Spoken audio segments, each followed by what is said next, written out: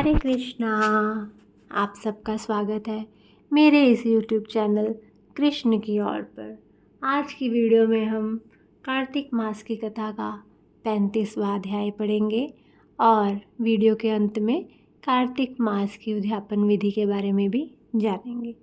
अगर आपको मेरी ये वीडियो अच्छी लगे तो मेरी वीडियो को लाइक और शेयर कीजिएगा और मेरे चैनल को सब्सक्राइब कीजिएगा। तो आइए कथा को शुरू करते हैं। 35वां अध्याय, तुलसी विवाह विधि। इतनी कथा सुनकर ऋषिवर कहने लगे कि हे सूत जी, जब हम आपसे तुलसी के विवाह की विधि पूछना चाहते हैं तो आप कृपा करके वर्णन कीजिए। ऋषिवरों का यह वाक्य सुनकर आनंद में मगन हुए श्री सूत जी कहने लगे कि हे मुनीश्वरों, अब मैं आपके सामने तुलसी जी के विवाह की विधि का वर्णन करता हूँ, इसलिए आप सावधान होकर सुनने का कष्ट करें।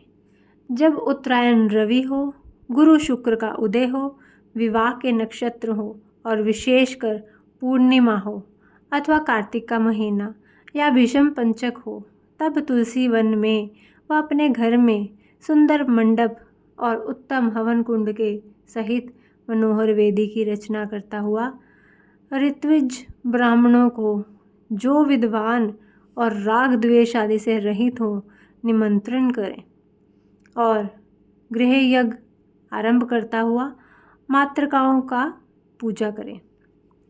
हे मुनीश्वरों, ऋत्विजों के उपस्थित हो जाने पर पहले नंदी मुख श्राद्ध करें, तत्पश्चात भगवान शालिग्राम बनाकर उनका विधि विधान से पूजन सामग्री से पूजा करें और बाद में तुलसी को उनके समर्पण करें। इस प्रकार विवाह विधि से तुलसी जी का पाणी ग्रहण करने के बाद विधि पूर्वक होम करें। इसके बाद सपत्नीक, यजमान, भाई बंधु और सेवकों के साथ चारों ऋत्विजों के सहित विष्णु भगवान की प्रेम प्रदक्षिणा करता हुआ शांति पाठ और मंगलगान के साथ साथ बाजे भी बजवाने चाहिए। हे मुनीश्वरों, ऐसा हो जाने के बाद यजमान को गोदान और शय्या दान करनी चाहिए। ऋत्विजों को दक्षिणा देकर विप्र भोज और जाति भोज कराना चाहिए। यह सुनकर सूत जी कहने लगे कि हे मुनीश्वरों, इस प्रकार जो मनुष्य श्रद्धा युक्त होकर सत्य, शांति और संतोष को धारण करता है, विष्णु भगवान को तुलसी दल समर्पण करता है, वह समस्त पापों से रहित होकर संसार के सुखों को प्राप्त करता हुआ अंत में विष्णु लोक को प्राप्त होता है। इसमें कोई संशय नहीं है। हे मुनीश्वरों, जिस प्रकार से तुलसी जी के विवाह की विधि बताई गई है, उसी प्रकार आंवला, शमी और पिप्पल के विवाह की विधि भी समझनी चाहिए। बोलिए श्री कृष्ण भगवान की जय। कार्तिक व्रत उद्यापन विधि पढ़ते हैं। कार्तिक शुक्ल चतुर्दशी को प्रातःकाल गंगा, यमुना अथवा किसी नदी आदि में स्नान ध्यान करके तुलसी जी के समीप 4 द्वारों को एक मंडप बनाना चाहिए। फिर पूर्व के द्वार से आरंभ कर क्रम में मिट्टी से निर्मित 4 द्वारपालों को स्थापित करें, जिनका नाम शील, सुशील, जय और विजय है। इसके पश्चात तुलसी की जड़ के समीप एक वेदी बनाकर उस पर सर्वतोभद्र चक्र बनावें।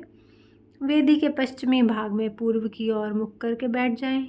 तत्पश्चात ब्राह्मण द्वारा संकल्प आदि करके आचार्य का वरण करें। फिर सर्वतोभद्र के ऊपर ब्रह्मा आदि देवताओं का पूजन करके वहाँ स्थापित तांबे के कलश के ऊपर स्वर्ण की बनी लक्ष्मी और विष्णु भगवान की मूर्ति को स्थापित करके इंद्र विष्णु रीति इस मंत्र से आवाहन करके पुरुष सूक्त के मंत्रों द्वारा षोडोपचार पूजन करें और चारों ओर के लोकपाल तथा द्वारपालिकों का भी पूजन करें। इसके पश्चात गीत वादादिक मंगलगान और उत्सव करके रात में जागरण करें। प्रातः पूर्णिमा के दिन स्नानादिक कृत्यों से निवृत्त हो पवित्र होकर अग्नि की स्थापना कर और ब्राह्मण द्वारा विष्णु भगवान को तिल, घी आदि से हवन कर फिर सर्वतोभद्र मंडलीय देवताओं के लिए एक घी की आहुति देकर होम समाप्त करें और पूर्णाहुति दें।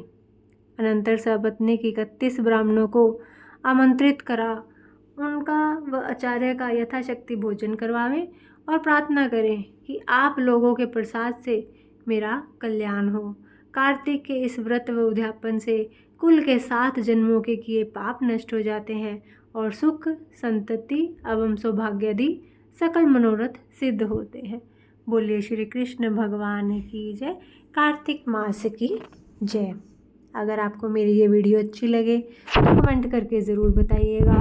मिलते हैं अपनी अगली वीडियो के साथ, तब तक के लिए हरे कृष्णा।